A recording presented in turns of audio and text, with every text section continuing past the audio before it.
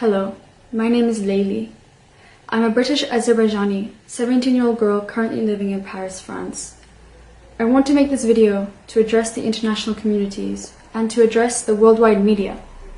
I want to talk about the Nagorno-Karabakh conflict between Armenia and Azerbaijan, and I want to shine light on what is happening today. So please hear me out. The first thing that has to be established is that Nagorno-Karabakh is not a disputed territory. In the early 1990s, Armenia illegally occupied Nagorno-Karabakh. And as a matter of fact, Nagorno-Karabakh is internationally recognized as a territory belonging to Azerbaijan. And that one was for you, BBC. Please fact check your sources. 4 UN Security Council and General Assembly resolutions have been made that demand, and I quote, the complete, immediate, unconditional withdrawal of all Armenian forces from the occupied territories of the Republic of Azerbaijan. These are the reference numbers for the resolutions: 822, 853, 874, and 884, which Armenia has never complied with. In addition, the European Union declares its position for the territorial integrity of Azerbaijan and recalls that it does not recognize the independence of Nagorno-Karabakh. So to reiterate, the war that is happening now is happening in my home country, on Azerbaijani land, in Azerbaijan, for Azerbaijan's territorial integrity. In fact, all of the clashes that have taken place in the last 30 years have always been on Azerbaijani land. Let's put this into perspective. Azerbaijan has a population of almost 10 million, whereas Armenia has a population of almost 3 million. According to the Global Firepower Index, our military capabilities are almost double that of Armenia's.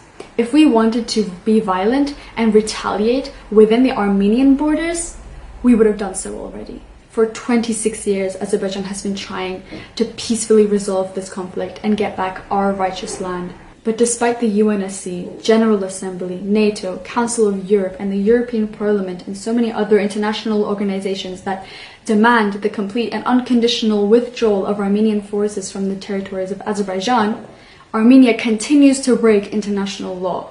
And there's more. Let's put Karabakh to the side for a minute. What about the Armenian occupation of 7 surrounding towns and regions? Armenia has never once declared that these historically belong to them. In fact, before their occupation, these regions were comprised of 98% ethnic Azerbaijanis. This is a full-fledged illegal invasion. Surely this should discredit and disprove all their past actions. If you look on the map, Karabakh is completely isolated from Armenia. The only way to be able to access it is by gaining land in the middle. This was a strategic and devious plan that costed the lives of so many innocent people, a genocide. In total, today, 20% or 1/5 of our country and our land is under the occupation of Armenia. If you're new to this conflict, you might be wondering what happened to all the ethnic Azerbaijanis that were in Karabakh and the 7 surrounding regions. In the late 1980s and early 1990s, 30,000 of them were killed, and almost 1 million were forced to become internally displaced refugees. And after all this, even decades later, Armenia can hardly populate these regions with 141,400 people. That is a ratio of 1 to 7 people. And World Press, I'm asking you, how many articles have you written about this injustice? This next point is for the environmentalists and humanitarians like myself who are watching. In January 2016, the Parliament Assembly of the Council of Europe, or PACE, adopted the Resolution 2085. Which was titled, Inhabitants of Frontier Azerbaijan are deliberately deprived of water.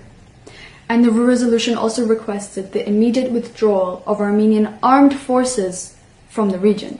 And also for the Armenian authorities to cease using water as a tool of political influence and pressure.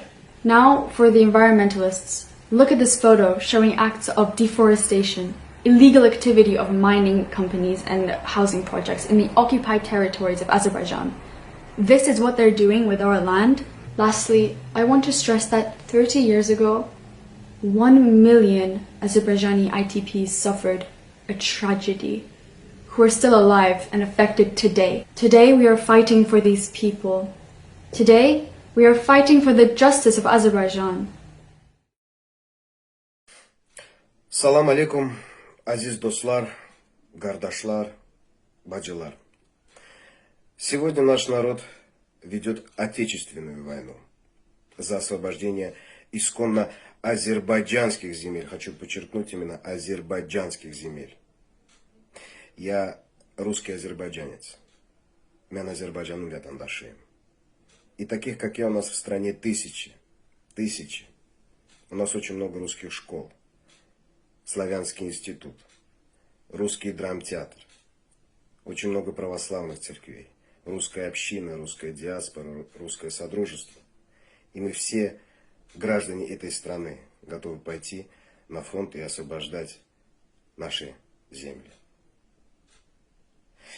Но в первую очередь я хотел бы пожелать крепкого здоровья нашим ребятам, нашим солдатам. Эшк олсун, шалар, сах саламат гайден. Вы делаете историю. Вы восстанавливаете историю. Низкий поклон вашим матерям, крепкого здоровья им и терпения. Шахидам Аллах рахмат eylesin. Ваша кровь не останется безнаказанной. И хотелось бы процитировать Пушкина. И будет счастье на земле, и будет мир меж всех народов. И солнце выглянет опять из-за покрытых тьмою сводов. Гелебе bizimdi. Eşk olsun Azerbaycan. Yaşasın Азербайджан. Обстреливается территория Азербайджана. Турция поддерживает Азербайджан морально. Так. Азербайджанцы воюют. Мы не за про свою азербайджанцев родину. говорим. Это территория Азербайджана. Азербайджан сам, без всякой поддержки. Устроить геноцид. Стоп, тогда секунду, Георгий, сейчас вы ответите. Физули, Агдам, Джибраил, Шуша, Ханкенди. Это не армянский топоним, это вы так Азербайджан. считаете.